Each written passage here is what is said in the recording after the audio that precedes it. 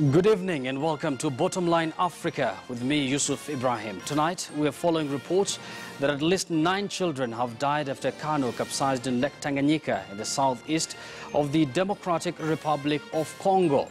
It's also a day when authorities in Cameroon have issued 15 international arrest warrants against leaders of an Anglophone separatist party, the Southern Cameroon National Council. We have, of course, a packed show for you tonight, but first, as usual, let's take a quick look at Africa in 60 seconds.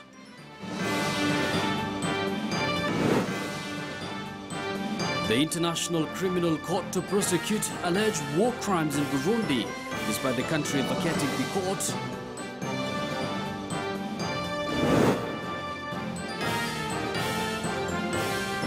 One of the most recognizable freedom icons in South Sudan, Rebecca Gerang, raises concern about the state of the country. Zimbabwe's strongman Robert Mugabe relaunches Harare International Airport, which has now been given his name.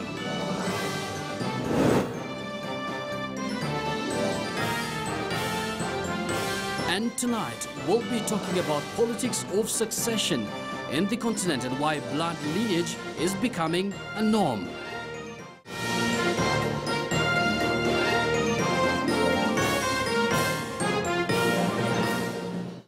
And of course, that last bit on our highlight informs our Twitter poll question tonight, and we are asking you, do you think political dynasties in Africa are a curse or a cure? Do you believe political dynasties in Africa are a curse or a cure? You've seen developments in Togo there. There are demonstrations anti the current government for Nasibe. We've also seen developments in Zimbabwe where Robert Mugabe has fired his deputy, and reports are that he might replace him with his wife, Grace. Very interesting development there.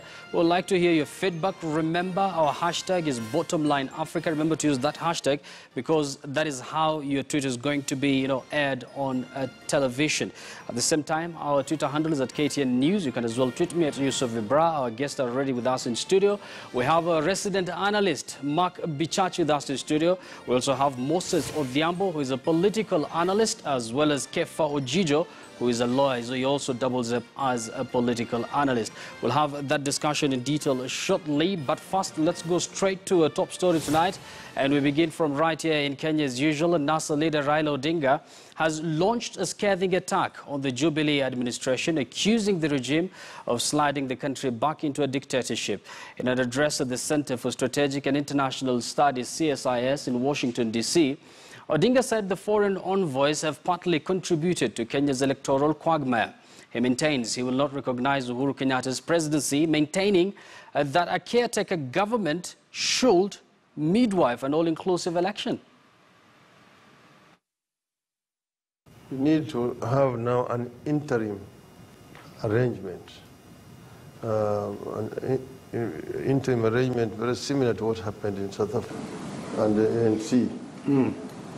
Where both sides would appoint a team to manage matters in an interim basis and to ensure that these changes take place before any meaningful elections could be held.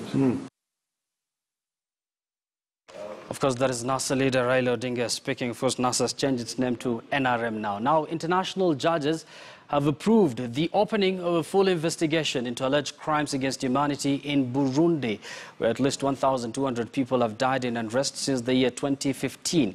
Now, the decision was made by judges at the International Criminal Court last month, just 2 days before Burundi on October 27th became the first nation to quit the tribunal. In the decision, the judges authorized ICC Chief Prosecutor Fatou Bensouda, quote-unquote, to open an investigation regarding crimes within the jurisdiction of the court allegedly committed in Burundi or by nationals of Burundi outside Burundi since 26th April 2015 until 26th of October 2017. Bensouda can also extend the probe by her team to acts committed both before and after that date if certain legal requirements are met. A violent political crisis was triggered in Burundi when President Pierre Nkurunziza ran for a third term in office, winning July 2015 elections, which were boycotted by the opposition. Still, on matters East Africa, Presidents Yoweri Museveni of Uganda and John Pombe Magufuli of Tanzania today officially opened the Mutukula one-stop border post in Rakai district of Uganda. Now, the border post will bring together immigration and custom officials from the two neighboring countries under one roof at the border crossing point, eliminating double clearance of trucks and persons on both sides of the border. Trademark East Africa, with funding from UK's Department for International Development, DFID, and Global Affairs Canada, has funded the construction and operationalization of the Mutukula border post. Now, this is in addition to supporting other outposts, including Busia, Malaba, Kabanga, Kobero, Holili Taveta, and Lugu Nimule, as well as Mirama Hill, Kagitumba across the region, an investment of approximately $117 million. Kama mnavyofahamu, tuko hapa kwa ajili ya kuweka jiwe la msingi la mradi wa bomba la mafuta la Afrika Mashariki, the East African Crude Oil Pipeline, litakalojengwa kutoka Hoima Kabare, Uganda hadi Tanga, litakalokuwa na urefu wa kilomita 1445. Na katika kilomita hizi zote, kilomita 1115 zitakuwa Tanzania na kilomita 300 zitakuwa Uganda. Over to Zimbabwe now, and Zimbabwean President Robert Mugabe today attended a colorful ceremony renaming the capital's airport in his honor. Now, the Harare International Airport will now have to be called Robert Gabriel Mugabe International Airport. Now, the government says the renaming is in recognition of President Mugabe's liberation and black empowerment efforts, which have seen Zimbabwe becoming arguably the first African country post-independence to win back its land through a sustained land reform program that saw the allocation of agricultural plots to thousands of landless blacks who had suffered through colonial deprivation. In his remarks, Mugabe thanked the Ministry of Transport for the gesture, adding that he is certain even the first family appreciates as well.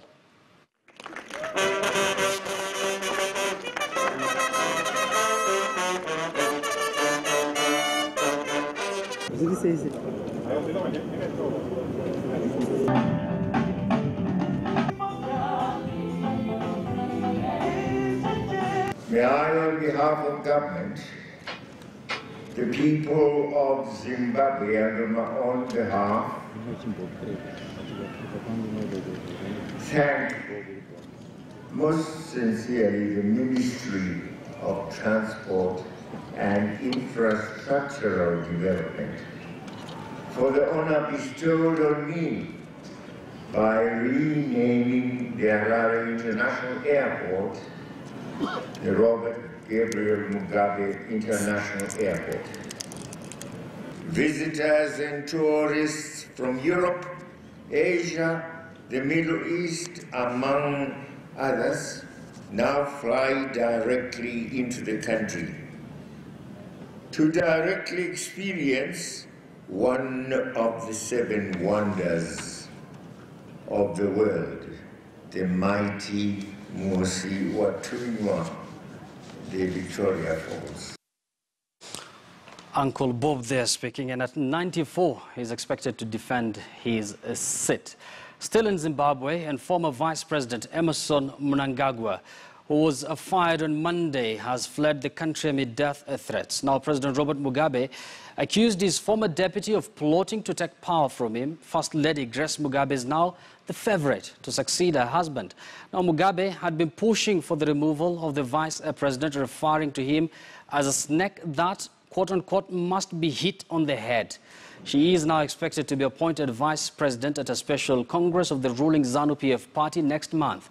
ZANU-PF expelled Mnangagwa from the party on Wednesday after he was accused of wishing the death of Mugabe by consulting a witch doctor. Mugabe called his former deputy a conspirator and warned that he was planning to purge others in the party as well.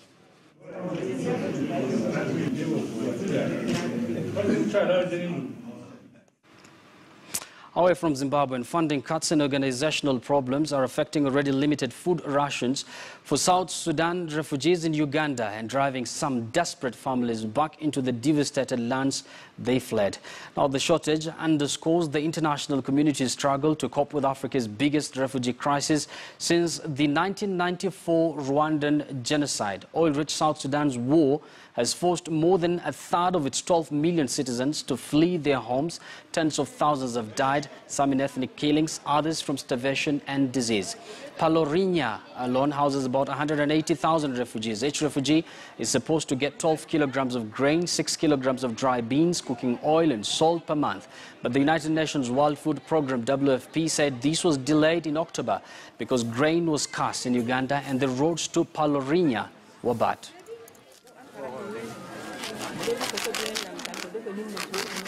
I